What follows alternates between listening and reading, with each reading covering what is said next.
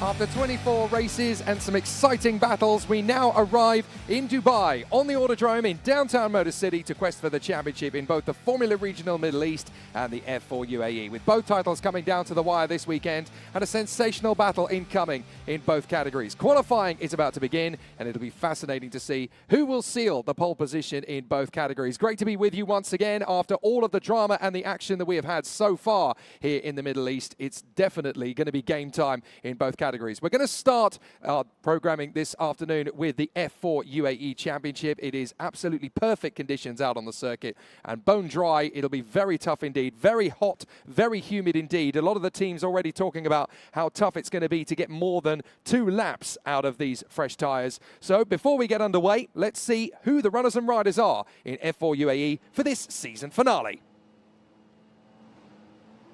The 2024 F4 UAE Championship has reached an epic final weekend, with every position in the top 6 up for grabs and the team standings shuffling almost race by race. So the Dubai Autodrome conclusion should be no different.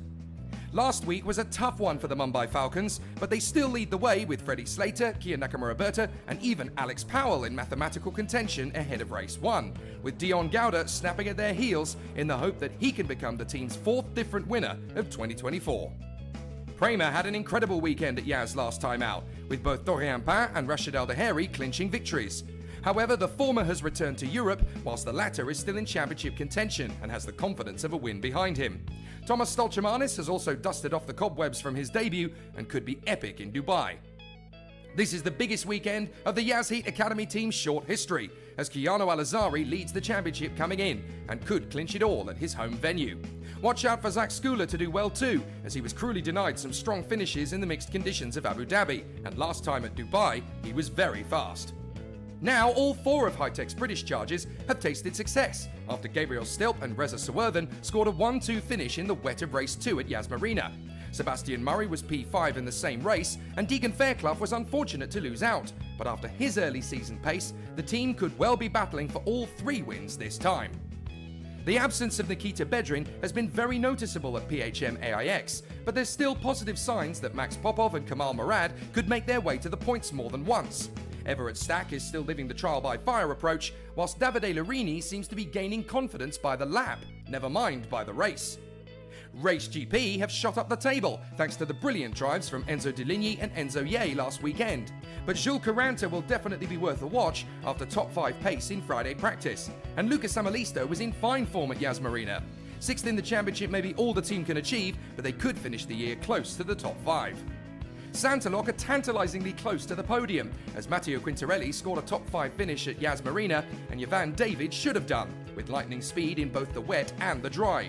Provided that the team continues to progress and Maxi Restrepo and Rafael Narak are able to show their hands, it could be a sensational swan song. The Australian newbies at AGI Sport have definitely enjoyed their time in the UAE, and it looks like they'll be a permanent staple of the championship. Jack Beaton and Nicholas Starty have been fantastic characters both on and off the track. And after missing the last 2 rounds, it's great to see Kerry Schreiner returning to finish the season in Dubai. XL Motorsport have been the nearly men of 2024. So many times we've seen Thiago Rodriguez, Alves Rodella and Chuyan Pu on the verge of big results, and even Liu Kai-shun had flashes of speed in the tough conditions last week. But there's only one more chance to prove the team's previous title-winning credentials, so let's hope it happens. Finally, the boys at Pinnacle will be on the charge to break double figures in the point standings with the final encounter in Dubai. Kai Darianani and Hio Yamakoshi are best placed to do the deed, as both men have more speed and ability than their points tally would suggest. And Fuyu Hao is improving all the time, so let's see what they can do. So everybody getting themselves geared up then, ready to bang in some hot laps. The timer has started for F4 UAE qualifying. We've got 15 minutes total for each session. Qualifying 1 is what sets the grid for race 1. Qualifying 2 is what sets the grid for race 3, with the race 2 grid determined by the results of race 1 with the top 12 reversed. So qualifying here for Q1 and Q2 will set the grids for race 1 and 3 respectively. It's obviously been very difficult to get decent temperature into these tyres in these very humid conditions. Last week, of course, in Abu Dhabi, we had heavy rainfall for the majority of the latter part of the weekend. It got very heavy indeed here in the city of Dubai across Sunday and Monday, and that actually meant that a lot of the city actually flooded, would you believe? What it did also mean is that now we've got this really heavy, thick humidity that's around the circuit, and it actually means that the hot temperature really stays and it hangs in the air. So this weekend is actually much hotter than it was 2 weeks ago when we were racing on the Dubai Autodrome. And a lot of the drivers and teams have been telling me that getting tyre temperature is absolutely critical. I asked a few of the drivers, how many fast laps can you get on a fresh set of tyres here? Many of them said very simply, you only get one. So you cannot afford to mess up your hot lap. You can dial in the tyres and warm them up to temperature, but a lot of the drivers have said they'll be very lucky if they can get an improvement on their fastest lap, because the tyres just won't be there anymore. A lot of drivers actually complaining that oversteer is absolutely what happens to these tyres once you're halfway round the second flying lap. So it could be fascinating. The first really fast lap is not really on the board yet. Gabriel Stilp has just banged in a 2:10 to go fastest for the time being, ahead of his two teammates, Stephen Fairclough and Sebastian Murray, who did a fantastic job last time out, actually, the high-tech team, getting themselves a victory, a second and a top 5 finish, all in the same race, with the likes of Gabriel Stilp, Reza Sawerthan and Sebastian Murray. So very impressive work from them. We're currently watching the drivers trying to get themselves up to speed. Still drivers working to get those first couple of laps in, as we watch the PHM AIX driver Kamal Murad of Australia, very much trying to continue the mantle of their man that was in the team earlier in the season, Nikita Bedrin. He did the first 3 rounds. Ironically enough, if he was still here competing in the championship, he'd be a shoe-in for a championship fight, because he's currently 3rd in the standings, only about 23 points behind Keanu Al-Azari, who leads the championship. So Nikita Bedrin probably ambivalent at the moment. Yes, he's preparing for his Formula 3 campaign, but he could have won the championship here. So by my mathematics, there are actually 4 championship contenders realistically, although by my math as well, there are actually 6 who mathematically could win the championship this weekend, including this man, Gabriel Stilp, who does have the ability to be champion, but he has to win all 3 races and hope that the other contenders around them basically have a weekend very similar to what they had in Yas Marina and barely score a point at all. So both he and Alex Powell have a mathematical chance, but in reality, they're probably going to get knocked out of the championship fight in race 1. There is the number 51, Kia Nakamura Berta, who is one of the solid competitors in the championship this weekend, has a real shot to go for the title. He actually could have taken the lead of the championship. He had a penalty in race 1 and then had 2 punctures over the course of race 2 and race 3, so he had no luck at all. And the rookie driver, hoping to become rookie champion in F4 UAE, certainly looking for an opportunity to do that. And definitely finding it pretty tricky at the moment. Deegan Fairclough's just done a 2:1.5. So we're now really flirting with electrifying pace that we have seen over the course of the weekend. It's looking pretty tricky out there. There's Kia Nakamura Berta, who hasn't yet set his fast time. But we're definitely going to start to see now what the drivers can do, as Rashid Al Daheri has gone quicker than Keanu Al-Azari. That's very important as far as the championship fight is concerned. So Rashid Al Daheri has put one over on Keanu Al-Azari. Jack Beaton's gone 3rd. Very impressive indeed from him. And up to the top comes Kia Nakamura Berta. Fastest lap, 2-minute dead, .939. So that is provisional pole for Nakamura Berta. And Alex Powell goes 2nd. Alex Powell, the Jamaican, Miami-based racer, goes 2nd. Freddie Slater has currently gone 9th, interestingly enough. So as the championship contenders are in this, we've got Nakamura Berta 1st, Powell in 2nd, Rashid Al Daheri in 3rd, Keanu Al-Azari in 4th, and all the way down in 9th is Freddie Slater. Make that 10th now, because also Deligny has just popped up into the top 10.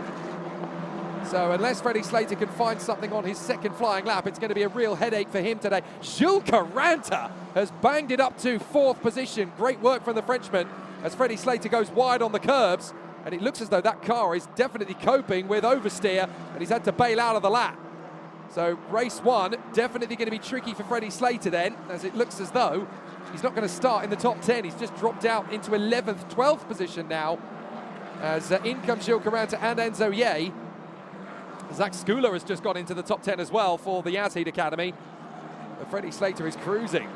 So clearly that fast lap has not gone well for him at all, as there is the man who was on Oh no, sorry, I was going to say that was the man on provisional pole, but that's his teammate, Zach Scular. So Zach Scular doing a good job for the Yazid Academy. He was quick here 2 weeks ago in Dubai and definitely looking to maintain that sort of pace again here. Much better from Tomas Stolchamanis, the new Latvian for the Prema Racing team. He's up in 13th on the grid for this one, much closer to his former FIA karting rival, Freddie Slater. Lucas Amalisto not doing a bad job in 14th either.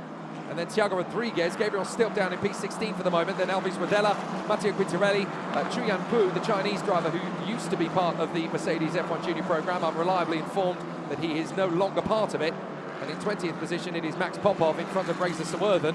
And then Nicolas Stati ahead of Davide Larini. Sebastian Murray 24th for the moment, then Kamal Murad, the Australian, ahead of Yuka Shun, Kai Dorianani, Kari Schreiner, Fu Hao, Maxi Restrepo, Rafael Narak, Everett Stack, and Yvan David is the 33rd. We were supposed to have 34 drivers in the mix, but I was told earlier in the week that Hyu Yamakoshi for the Pinnacle team was a question mark after picking up a light injury in round 4. So I can only assume then that they have had to withdraw at the last moment, which is very unfortunate, as the Japanese star Hyu Yamakoshi was very impressive indeed at Yas Marina. Now this is Tomas Stolchamanis. You'd be forgiven for thinking it's Dorian Bain, who has been the only driver in F4 UAE this year to carry the official Prema colours, but she has now left the championship. She was only ever meant to do the first 4 rounds, and so she has returned to Europe to prepare for her upcoming F1 Academy campaign with the Mercedes Junior program.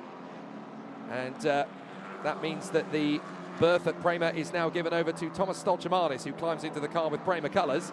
And considering this is a car that has already been a race-winning car this year in the hands of Dorian Bain, Tomas Stolchamanis definitely looking much better and much stronger already coming into this one. Now we've had another driver displace the competitors up at the sharp end. That's Lucas Samalisto, has crept into the top 10, demoting Freddie Slater yet further to 13th. So a few drivers obviously trying to find some fast pace. There's Jack Beaton tucked up behind Kia Nakamura Berta, hoping to use the Mumbai Falcon for a bit of a tow. But Nakamura Berta looking good for pole position. Now, if he takes the win, that definitely takes the championship into Sunday, because he'll be closing up on the 2 rivals, Keanu Alazari and Freddie Slater. Now, what's happened to Alazari? He has actually dropped back to 5th position now. Rashid Al-Daheri in 2nd place. So the 2 drivers who are trying to catch Alazari and Slater are actually provisionally on the front row for race 1. So that's very exciting as far as the championship is concerned. We could get the 2 chasers essentially closing up on the combatants. So it's looking pretty exciting. Kia Nakamura Berta looking good for the pole position. Don't see major improvements in Sector 1 or Sector 2 from anybody at the moment, so that would tally with what we were told about by the teams and drivers earlier on. That flying lap on dry tyres is all you get, really. So not the easiest situation for our drivers to find themselves in. There is the 35, that's Alves Rodella of the XL Motorsport team. Don't forget, this is the squad that has had several championship victories and titles in the past in F4 UAE. They've really struggled in 2024 with 4 fresh new talents in the box seats. There is the number 4, Reza Sawurthan. So Reza Sawurthan of the Bournemouth Motorsport contingent, having done a fantastic job at Yas Marina. He claimed 2nd. He was leading early on in the rain, but nobody could cope with his teammate Gabriel Stilp.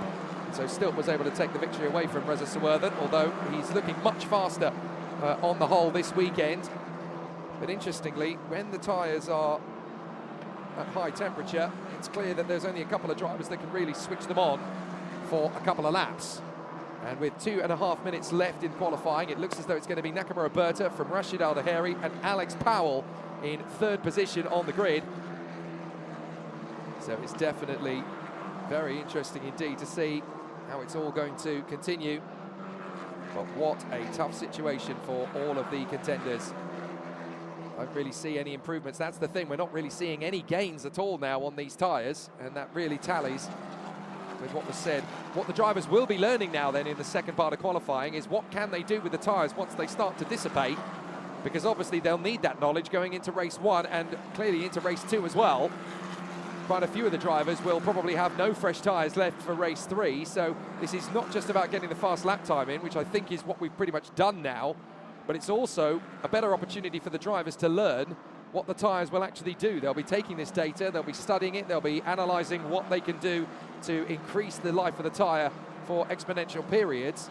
But it is not an easy situation. A lot of the drivers finding that the tyres are essentially already done, having only essentially accomplished 2 flying laps. But the pole position time is a 2-minute flat .939 for Kia Nakamura Berta. As into the pits comes Rashid Al Daheri, so that's his qualifying run done. And they're already focusing on race 3, I should say, which is determined by Q2, as it were. So I think the grid that we've got provisional there to the left of your screen is what we're going to have. As into the first corner goes Jack Beaton, having done the best he can do, and what he can do is pretty impressive. 6th position on the grid for the Australian. Very good work indeed. He's been having a very laid-back final week in the United Arab Emirates. He's been one of the many drivers that have been seen popping up at Yvan David's establishment. He lives over in the Meadows. And I have to say, Yvan David's house has become a bit of a headquarters for racing drivers wanting to chill out for the week. I've seen Jack Beaton there. I've seen Nikhil Bora's been there. So has Taz in the Vivazak. And they've been basically swapping war stories in the world of racing, but also mucking about on FIFA and Flappy Golf too, and all sorts of things, just trying to keep themselves chilled midweek. It's always nice when these guys are allowed to be teenagers as well as racing drivers. So off comes that set of tyres for Rashid Al Daheri, and on will go the set ready for race 2, as there once again is the checkered flag for qualifying. As into the pits come the Santalot crew. I can see Yvan David pulling in, having already seen his teammates Matteo Quintarelli and Chu Yanpu doing the same thing. So already some interesting performances there from the contenders. My apologies, Chu Yanpu is part of the XL Motorsport team, so Quintarelli part of Santalok, as too, of course, are Yvan David, Maxi Restrepo and Rafael Narak. So there is one of the Race GP cars. It is Enzo Ye who managed to come up with a podium last time out at Yas Marina, having not previously scored big points up until that point. He managed to hang on from pole position in the reverse grid race to only let 2 of the high-techs past him. So Enzo Ye banging a podium finish last time out and was looking very fast indeed at Yas Marina. But there is the end of qualifying 1, and it was pretty much set after the second flying lap on these tyres. Kia Nakamura Berta, pole position with a 2-minute flat .939. And then it is Rashid Al Daheri in second place in front of Alex Powell. Jules Caranta in a brilliant 4th position, showing massive pace. The Frenchman could be going for an overall podium, maybe even the win this weekend. Keanu Alazari, championship leader, 5th position on the grid for this one, along with Jack Beaton.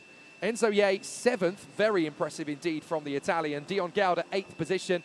Then Deegan Fairclough back in the top 10, where he rightfully belongs. Lucas Amalisto in P10. 11th is Zach Skula. 12th is Enzo Deligny for the Red Bull Junior program. Freddie Slater, 13th. He really is backs to the wall for the title showdown. 14th position on the grid is Thomas Stolchamanis, much better than he was at Yas Marina. Then Thiago Rodriguez, the Macanese driver, doing a great job there as he continues after winning last year's Chinese F4 Championship. Then Gabriel Stilp, 16th on the grid in front of Alves Rodella. Then Max Popov and Matteo Quintarelli. Rounding out the top 20 is the Chinese driver Chu Yanpu. And then 21st on the grid is Reza Sawerthan, ahead of Nicolas Stati, Davide Larini, Sebastian Murray, Kamal Murad, Yvan David, who really struggled for setup yesterday, Liu Kaishun, Maxi Restrepo, Rafael Narak, Kai Darianani, the returning German driver Carrie Schreiner, and she was ahead of Fu Yuhao and Everett Stack of the United States. And the gap between all of them, 3.5 seconds. That's it, between 3.3 drivers.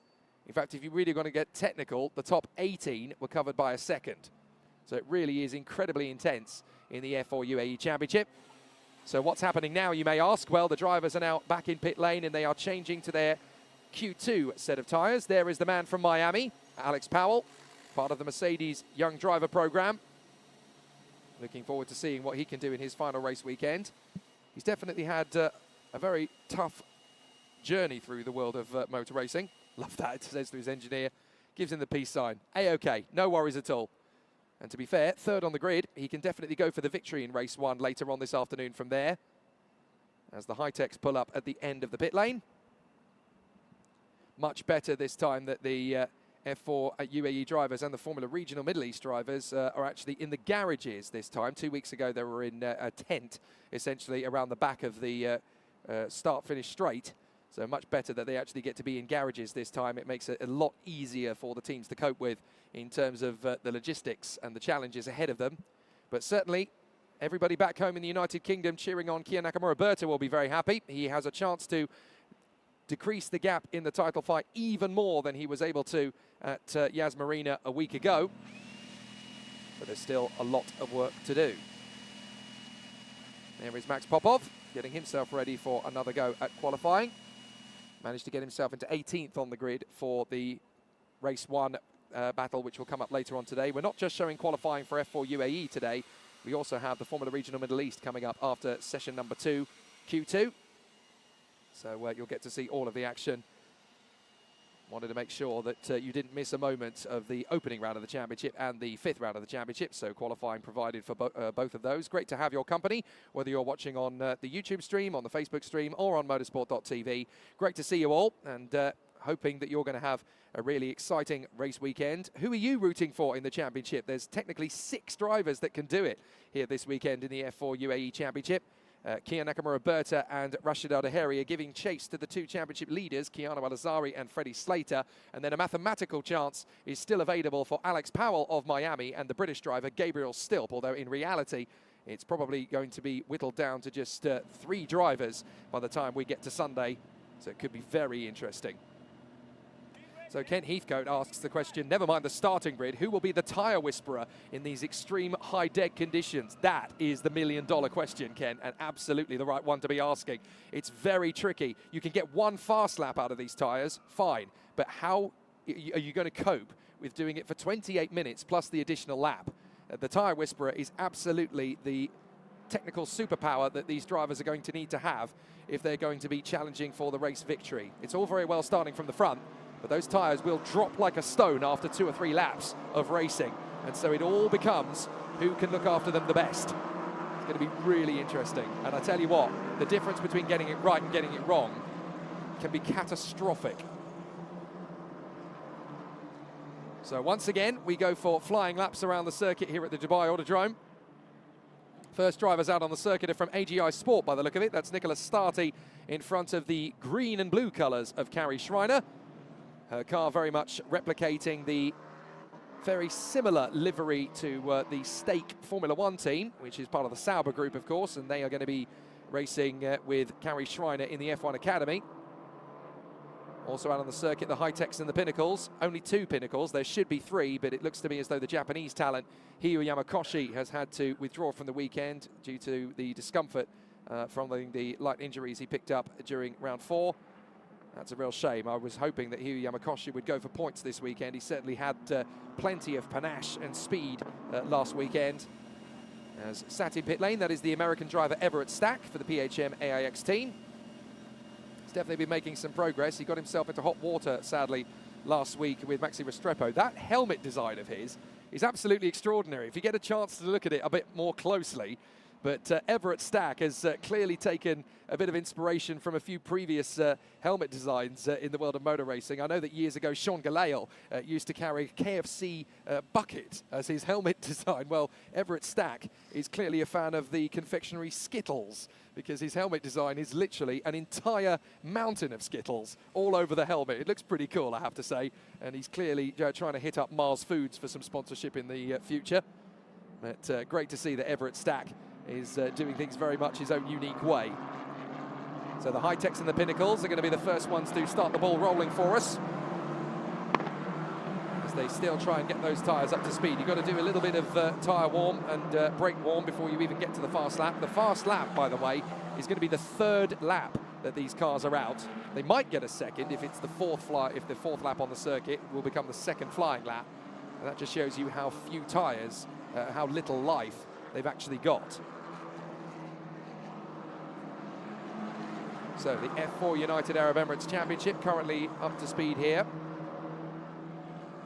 And it's really exciting to see who's going to get the pole position this time. Kian Nakamura Berta getting it in session 1 doesn't mean he's going to get it in session 2 at all. It all comes down to tyre switch on. How good is your warm-up procedure? How good are you at warming up the brakes? How good are you warming up the tyres? It's going to be very tricky to see who's going to get it right. And when you've got 18 cars separated by a second, phenomenal to see how it's going to continue. It could be very tricky. So let's see how things continue to prepare. The drivers are obviously getting themselves up to speed, trying to get some of your comments and your questions at the moment, because obviously it's always good to interact with you all.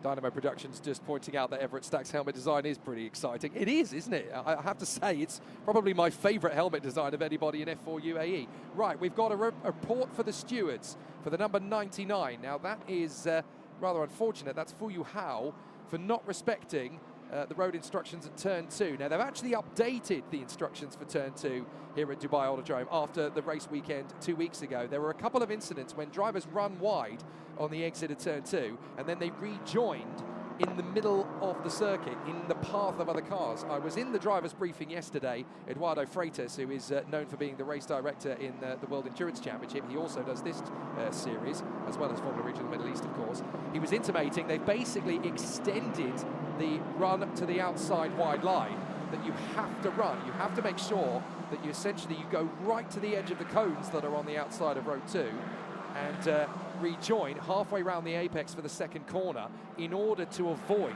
any of the near misses that we had 2 weeks ago, because we got very lucky actually from some of those rejoins, and there were a couple of drivers that gained an advantage from doing so. So as a result, they basically extended the runoff area yet further, so you have to go all the way to the edge of those cones in order to make sure that you actually have legality in coming back onto the circuit again. Now, this group is about to start their flying lap, and a lot of them are actually going to get a decent tow in order to do that. The Mumbai Falcon trio there working together by the look of it. That's Slater, Powell and Nakamura Berta, I do believe. And there's Lucas Samalisto slotting himself in behind Jack Beaton. That's a very sensible decision, because Beaton was pretty quick in Q1. So on we go again. You can see that a few drivers are actually still using this opportunity to warm up the tyres. Mind you, a couple of drivers did actually come out a lap after everybody else, so not everyone will be on their flying lap just yet. For argument's sake, Deegan Fairclough is currently at the top from Gabriel Stilp and Kai Daryanani, although there's only a collection of drivers that went out very early on in qualifying. So just to reiterate for Eurobeat kids, this is the final weekend of the 2 Middle East Racing Series. This is where we will crown the champion in both the F4 UAE Championship and the Formula Regional Middle East Championship. We'll talk about the implications for Formula Regional when we go into qualifying. But certainly here in the F4 UAE Championship, mathematically, there are 6 drivers that can win the championship. Kiano Al-Azari of the United Arab Emirates, who lives here in the city of Dubai on the Palm Jumeirah for the Yas Heat Racing Academy. Second in the championship is Freddie Slater, the British boy wonder for the Mumbai Falcons racing team, which is of course engineered by Prema. Then in third in the championship, Kia Nakamura Berta, who actually went fastest in Q1 and will start the first race of the weekend later this afternoon from pole position, the British driver, also for the Mumbai Falcons. Then in fourth position in the standings is Rashid Al Daheri, who comes off the back of winning race 3 on his home circuit at Yas Marina in Abu Dhabi last week for the Prema racing team, although he is racing in Yas Heat Academy colours. Fifth in the standings is Alex Powell, the young man from Miami, who is racing for Mumbai Falcons once again under Prema operations, and he is of course the Mercedes F1 junior as well, with Jamaican roots, his uncle being Asafa Powell, the Olympic athlete who was a gold medalist. And then in 6th position we have Gabriel Stilp in the standings. I should of course point out that Nikita Bedrin is ahead of all but 2 of those particular drivers in the standings, although he is not here, deciding only to race the first 3 rounds of the championship. So in terms of whether he can fight for the championship or not, that is no longer possible, because of course he's not here to get himself back into position. Number 4 under investigation for a refueling infringement. That is Reza Sawerthan. So I'm not quite sure what's happened with Reza Sawerthan. There is a problem there for High Tech by the look of it, and they may well lose his qualifying laps, which would be disastrous. Right, here we go. Flying laps are on track. Fairclough goes top. 2-minute 1.3. Still second. 2-minute 1.387. Then Reza Sawerthan, 2-minute 1.96. Murray does a 2:02.5. Gary Schreiner at 2:02.9. Fu Yu Hao at 2:03.6. Now we're getting some fast laps in. Xu Yanpu not able to go faster than that, so big problems for the Excel Motorsport driver. But the fast laps are incoming. Fastest of all in Sector 1 is currently Matteo Quintarelli. That's now become Rashid Al Daheri, who's ducked under 40 seconds. Has just done a 39.9. There is Gabriel Stilp locking up, trying to get a faster time than Deegan Fairclough, and to do that, he would have to go 0.04 of a second quicker. Thiago Rodriguez goes third, just quicker than Reza Sawerthan. But the fastest man in Sector 1 is now Kia Nakamura Berta. He's done 39.8 in Sector 1, so it's looking really good indeed for the Mumbai Falcon. as Gabriel Stilp does his best to try and beat the time set by Deegan Fairclough. Fairclough can't improve. Can Gabriel Stilp? No, he's not able to. So that second lap again does not work in his favour. Fastest of all in Sector 2 at the moment is Keanu Al-Azari. He's done a 47.4, but we haven't seen the Mumbai Falcons come through yet. So we'll have to see if Nakamura Berta can continue that charge forward. Slater hasn't come through in the second sector yet either, nor has Alex Powell. So we don't quite know what sort of pace they're doing. Nakamura Berta, 47.1 in the second sector. So he's looking pretty fast. We really need to see the Mumbai Falcons coming through at the end of the lap, because Kia Nakamura Berta may be about to go into pole position. Keanu Al-Azari goes top, 2 minute 8.69. That is quicker than we saw from Kia Nakamura Berta in session 1. So, Keanu Al-Azari right up at the sharp end and goes quicker than in the first session. Matteo Quintarelli does a brilliant lap, 2 minutes flat point 9. And there goes Rashid Al-Daheri, top spot, 2 minute 4. Kia Nakamura Berta smashes it, 1:59.7. That is extraordinary from Kia Nakamura Berta. He found unbelievable pace in the second and third sectors to get a 1:59.7 out of it. That is extraordinary speed. Alex Powell goes third, Slater goes fourth, so much faster this time in session 2. They clearly had a setup differentiation in Q1 to Q2. They've rectified that, and now they're towards the front end again. But Kia Nakamura Berta, the qualifying king, 1:59.7 as you're looking at the number 76. That is Rafael Narak. So Rafael Narak now at the Santaloc team, started the season with Race GP, did the first 3 rounds with them, and then managed to move across in time for Yas Marina. Oh, and there's a problem for Maxi Restrepo, the Colombian. So the Colombian appears to have had a spin somewhere. He's got a big flat spot on the right rear of the car. I'd be interested to see how he's done that. But it looks to me as though he's been on his push lap and he's made the error as Enzo Deligny flies past him. Let's see what happened. Whoa! The back end's going to kick out. So easily done. And I'm afraid that is a poached set of tyres. Very unfortunate for Maxi Restrepo, just on the limit. So easy for the car to swap ends. And as you can see, he really has flat spotted that set of tyres as well. So easily done. You're on the ragged edge on turn 2. You've already gone fairly fast through turn 1. You're trying to battle the elements of aerodynamics. A gust of wind in the wrong direction can unsettle the balance of the car. Plus you're trying to keep tyres on as up to the inside line. Keanu Al-Azari trying to go faster still and ending up getting held up there at turn 1. He's currently only 10th position. So amazing, we're going to get a very different grid from Q1 to Q2, although the front row of the grid is going to remain the same. Pretty much nothing else will.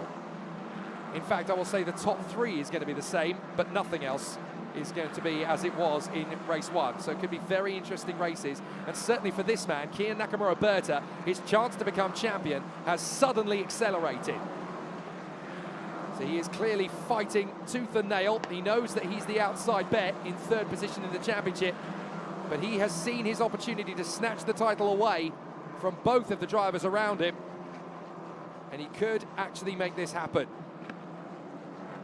In terms of a fight back in the championship, he's got a lot of work to do. There's no two ways about that.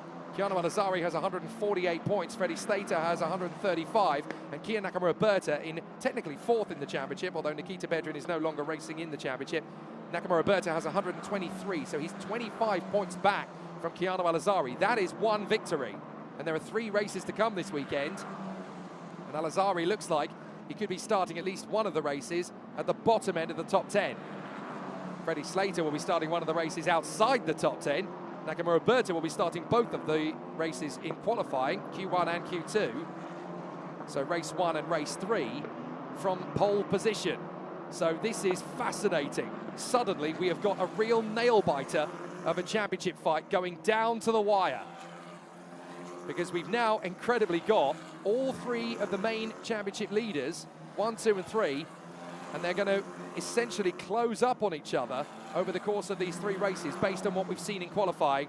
And this championship could well be won by a point or 2. It's going to go right down to the wire. And don't forget Rashid Al-Daheri, who has got himself 2nd on the grid. This man, 2nd on the grid on 2 occasions, race 1 and race 3. He'll be starting from the front row. So it looks like both Nakamura Berta and Rashid Al-Daheri are going to be gaining massive points this weekend. in at least 2 of the 3 races. So it could be absolutely sensational. The fight could well go down to the last lap of the last race of the season tomorrow. Really exciting stuff. 1 minute 20 left in qualifying, and again, it looks like all the fast laps have been completed, so now it comes down to analysing the data of these tyres, which they need to carry the knowledge of into the races, because as Ken Heathcote pointed out earlier on, the tyre whisperer is going to be the one that benefits the most in this championship battle, considering how much hotter it is this time compared to what it was 2 weeks ago. This is an absolute nail-biter. And just think, a lot of these drivers on the grid 10 years from now are going to be your Formula One superstars. There is Alex Powell. A lot of people say he's going to be the next big American sensation in Formula One. Currently part of the Mercedes F1 Junior program and very highly fancied to get himself into Formula One day. Here is the 55 going through. That's the young Indian talent, Dion Gowda. He runs under a British licence, but he has Indian heritage. Actually competed in the F4 Indian Championship at the tail end of 2023 on the Madras International Circuit in Chennai. And managed to bag himself a podium finish in that as well. So a very talented young individual. And the time is going to tick down to 0, as you can see to the left side of your screen. 3, 2, 1, done. Well, the championship is definitely going to be a nail-biter now. 2 pole positions out of 2 for Kiya Nakamura-Berta. 2 front row starts out of 2 for Rashid Al Daheri. And trying desperately to keep his championship hopes alive, Alex Powell will start 3rd twice. There is John Bennett, who's getting himself ready for the Formula Regional Middle East Championship qualifying session, which is getting underway very shortly after this. So that's where the next big story is going to come. The checkered flag flies in the air here at Dubai Autodrome, and nobody's going to make any improvements because the tyres have already gone big time. And to give you an idea of how much they have dropped, the first sector is about a second slower now than it was on the flying lap. So that is very important to note. That's sector 1 alone. And that's after what? 3, 4 laps out on the course. They've just done 5 laps, 6 laps of qualifying.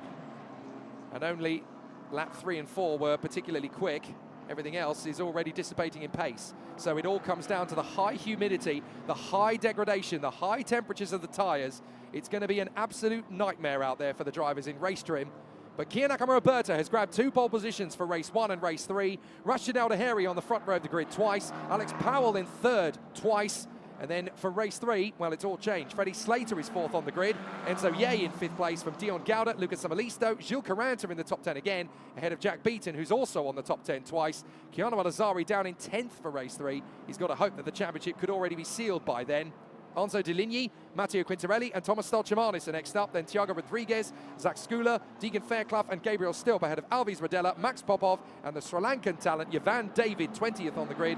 From Reza Suwerthan, Kamal Murad, Davide Larini, Sebastian Murray, Maxi Restrepo, Nicola Stati, Rafael Narak, Everett Stack, Luca Shun, Kai Darianani, Kari Schreiner, Chuyan Pu and Fu Yu Hao. 33 drivers, all completing qualifying without too much incident. But we've got some amazing races to come now. For Kiya Nakamura-Berta, it's time to go for the championship. 2 pole positions and an opportunity to close in on Keanu Al-Azari and Freddie Slater. Can he come from 3rd in the championship to go for the title? There's a great chance of that. And after 2 epic qualifying sessions, we're in a really solid position. From Jake Sanson, that's qualifying wrapped up for the F4 UAE Championship. The Formula Regional Middle East Championship qualifying sessions are coming up very shortly.